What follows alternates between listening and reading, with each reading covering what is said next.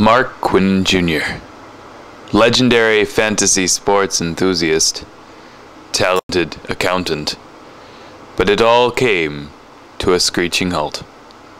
This is his story.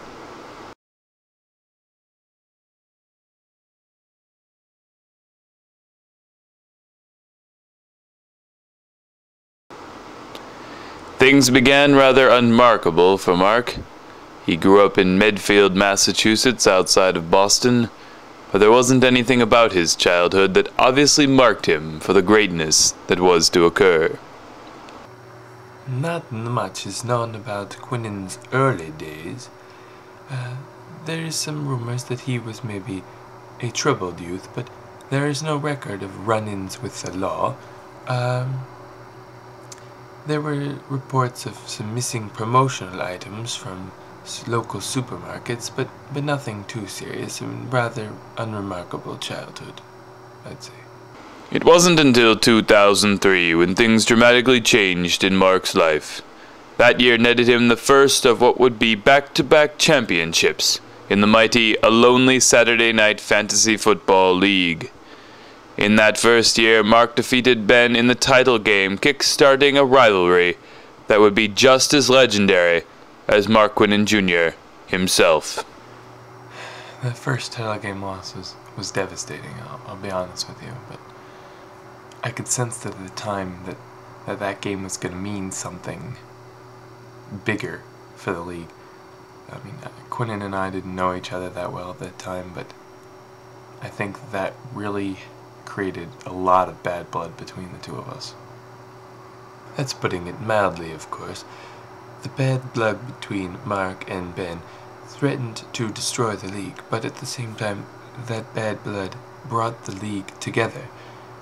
The anger was difficult, but sometimes anger that strong can help forge something great, and that's exactly what happened with the A Lonely Saturday Night League Fantasy Football.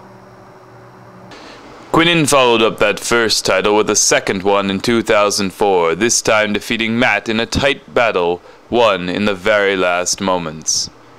Things were great for Mark, but it didn't stop there. In the spring of 2005, Mark's fantasy baseball team, the San Diego Padres, won their very first title in the No Professional Endorsements League, making Mark the very first to hold the titles in both leagues. He became a rock star almost overnight. Holding 2 trophies is quite the aphrodisiac.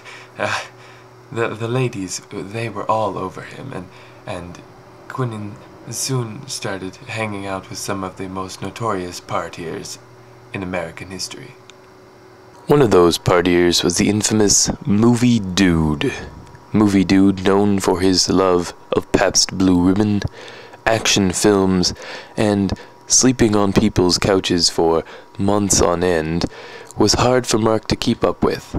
And even though Mark sat on top, things were starting to fall beneath him. I'll tell you, there were many times I saw him go up to the bar and order a drink for himself and one for each of his trophies. But between you and me, I don't think his trophies were drinking those drinks. The hard partying lifestyle didn't cause Mark problems right away. In fact, Quinnen put together a second consecutive title run in the No Professional Endorsements League.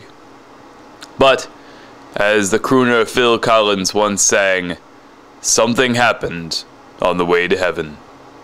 I think he was riding so high.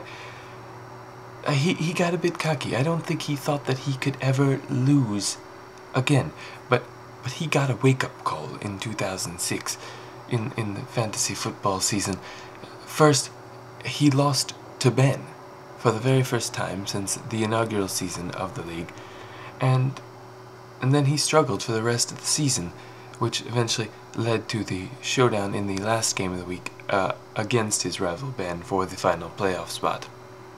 Quinnen won that matchup, but he fell hard in the first round of the playoffs to the eventual champion Matt, who won his second straight title game that year. I think that he took that playoff game loss very hard.